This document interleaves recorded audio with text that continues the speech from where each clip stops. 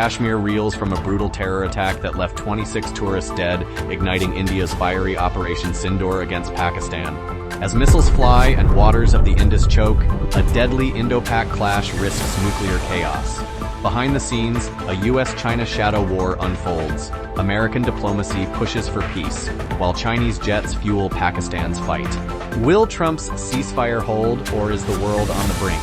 Tune in for the explosive truth.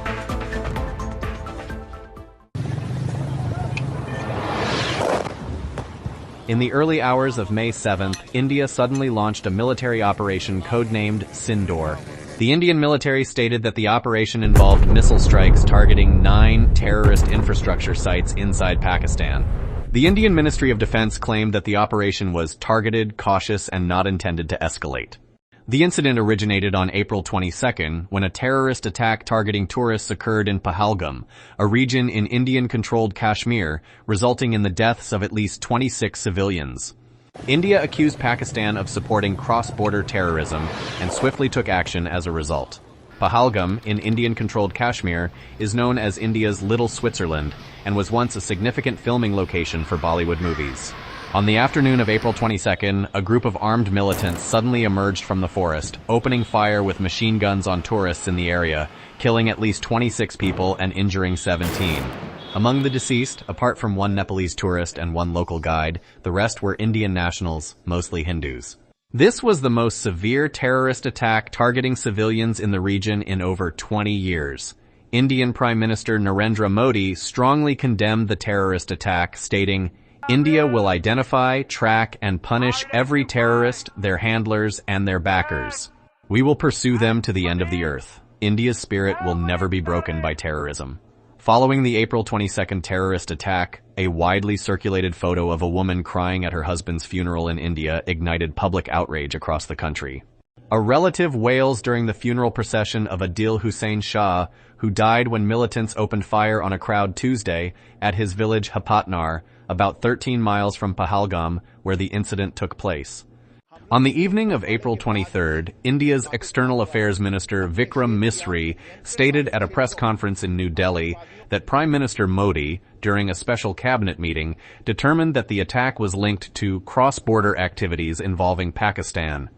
On May 6th, Modi declared, "From now on, India's water resources will serve only India's interests, be reserved for India, and be used for India's development."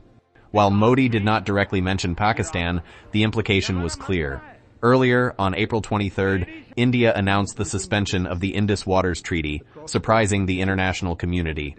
Misri stated that this suspension would remain in place until Pakistan credibly and irrevocably abandons its support for cross-border terrorism. The Indus Waters Treaty, brokered by the World Bank in 1960, allows both countries to share the river system's water resources, which are a lifeline for agriculture in both nations, particularly in Pakistan. The treaty has survived the 1965 and 1971 Indo Pak wars, as well as a major border conflict in 1999, but has now been disrupted. According to NDTV on May 5th, India has already blocked water flow from the Chenab River at the Baglihar Dam and plans to take similar measures at the Kishanganga Dam on the Jhelum River.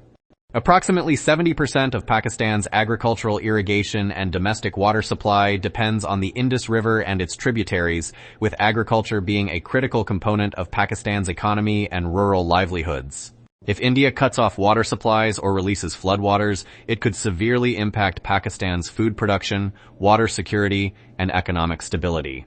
On May 2nd, the Indian government announced an immediate ban on the direct or indirect import of all goods from Pakistan. In response, on May 4th, Pakistan banned the import of goods originating from India via land, sea, or air transshipment, and prohibited goods from third countries destined for India from transiting through Pakistan. Meanwhile, the day after the terrorist attack, the Indian military launched a large-scale manhunt for the attackers. Tens of thousands of police and soldiers patrolled the region, setting up additional checkpoints. They searched vehicles, deployed helicopters to scour the forested mountainous areas, and summoned former militants to police stations for questioning in some areas. Many shops and businesses in Kashmir shut down in protest of the killings. Pakistan stated that it would respond more comprehensively to India's actions. At the same time, Pakistan's Defense Minister Khawaja Mohammed claimed that India was using the unfortunate terrorist incident as an excuse to abandon a treaty it had long sought to evade. A previously little-known militant group, the Kashmir Resistance Organization, claimed responsibility for the attack on social media. The group stated that Indian authorities had settled over 85,000 outsiders in the region and claimed that the targets were not ordinary tourists, but were linked to Indian security agencies. In response, starting on May 7th, India launched a new military operation named Operation Sindoor. In Hinduism, Sindoor refers to the vermilion powder applied on the forehead by married women. Pakistan immediately retaliated, shooting down several Indian Air Force fighter jets. According to Indian media reports, at least 3 Indian military aircraft crashed in Indian-controlled Kashmir on May 7th. Additionally, from May 6th to the early hours of May 7th, Pakistani forces opened fire on multiple Indian outposts in the Kashmir region. Kashmir is a disputed region located at the southern foothills of the Himalayas in South Asia. Due to its strategic location and complex history, it has long been a focal point of contention between India and Pakistan. During the 1947 partition of India and Pakistan, Kashmir's allegiance was not clearly defined, leading to its division. Indian-controlled Kashmir accounts for about 45% of the area, including the Union territories of Jammu and Kashmir and Ladakh, with a population of approximately 14 million, predominantly Muslim, though Jammu has a Hindu majority, and Ladakh has a mix of Buddhists and Muslims. Pakistan-controlled Kashmir accounts for about 35% of the area, including Azad Jammu and Kashmir, Free Kashmir, and Gilgit-Baltistan, with a population of about 6 million, mostly Muslims. Originally, Kashmir was the princely state of Jammu and Kashmir, established by the British East India Company in 1846, ruled by the Hindu Dogra dynasty, though its population was predominantly Muslim. During the 1947 partition, the state's ruler, Maharaja Hari Singh, hesitated to join either India or Pakistan. Following an invasion by Pakistan-backed tribal forces, Hari Singh chose to accede to India, triggering the First Indo Pak War of 1947-1948. Comparing the overall strength of India and Pakistan today, India far surpasses Pakistan.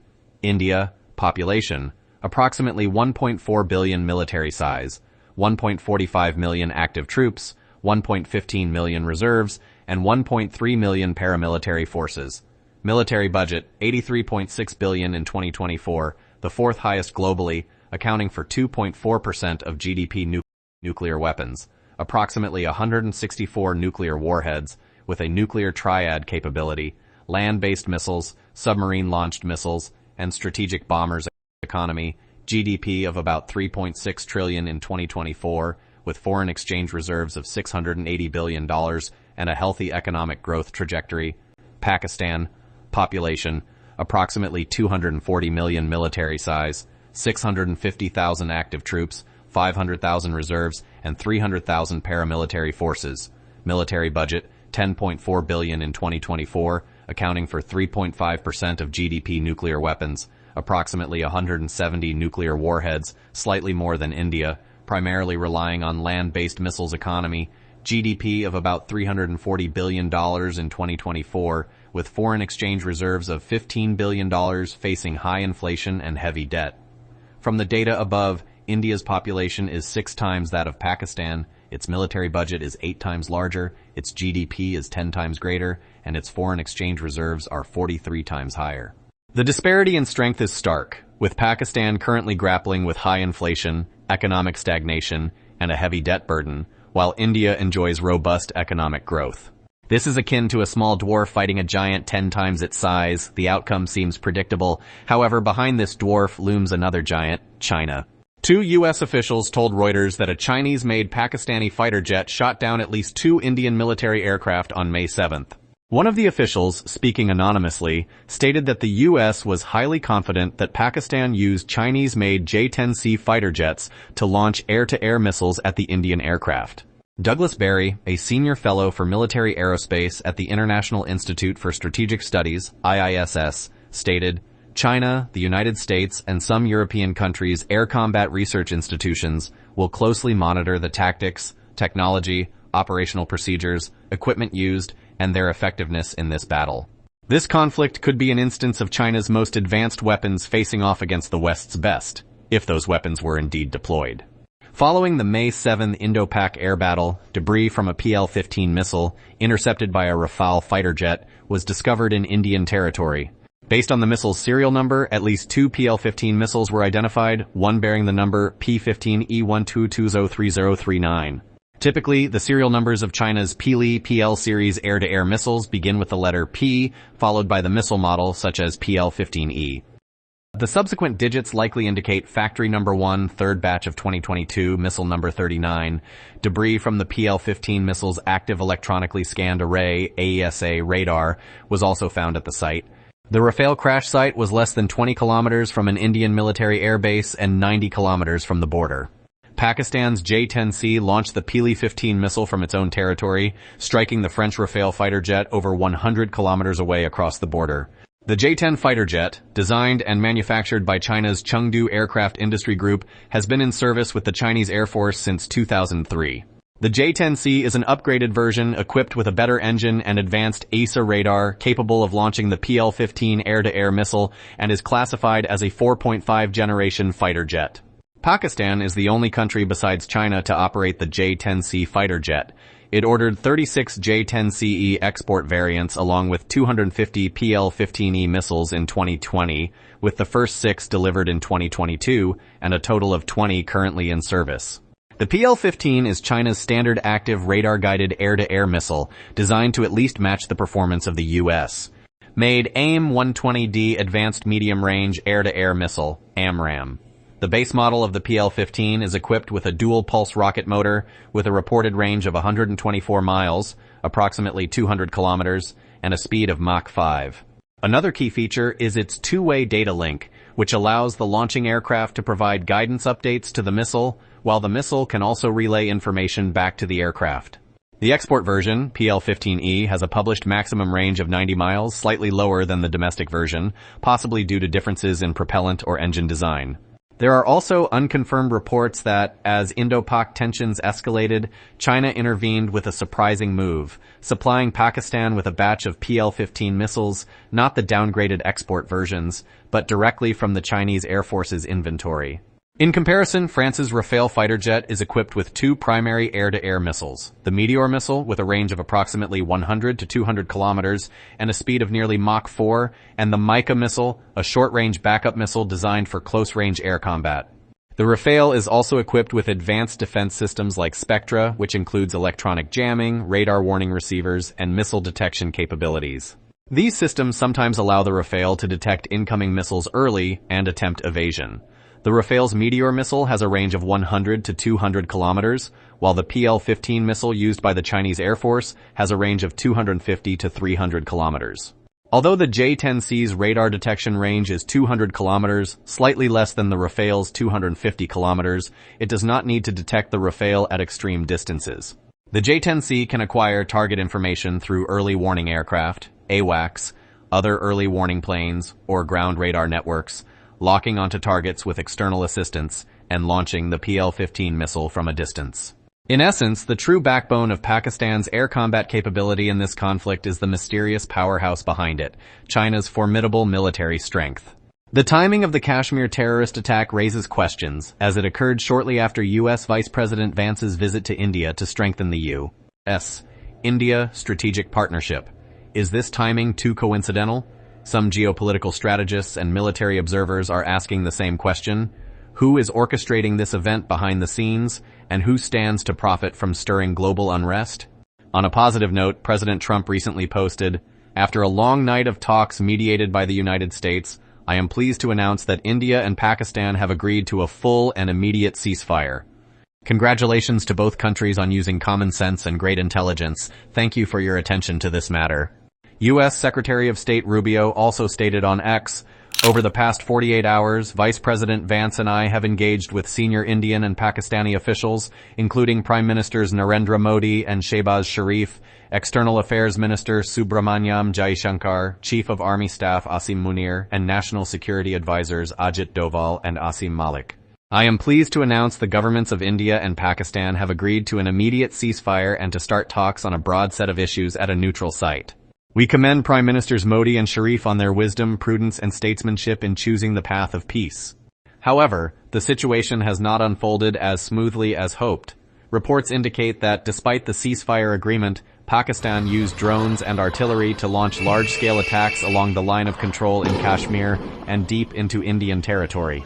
End the unnecessary regional conflict between India and Pakistan as soon as possible to prevent escalation and the risk of nuclear war, since both nations possess nuclear weapons. Focus efforts on confronting the true adversary. This should be the primary goal of Trump's mediation. The pursuit of peace is a noble aspiration, but achieving lasting peace requires overcoming various obstacles, as well as fostering honesty, trust, patience, and sustained effort among all parties involved. Will the Indo Pak ceasefire be realized soon, or will there be further complications? Can the Trump administration's strategy to stabilize the Indo-Pacific region be successfully implemented? We welcome your comments and unique perspectives. Thanks for watching. We'll see you next time.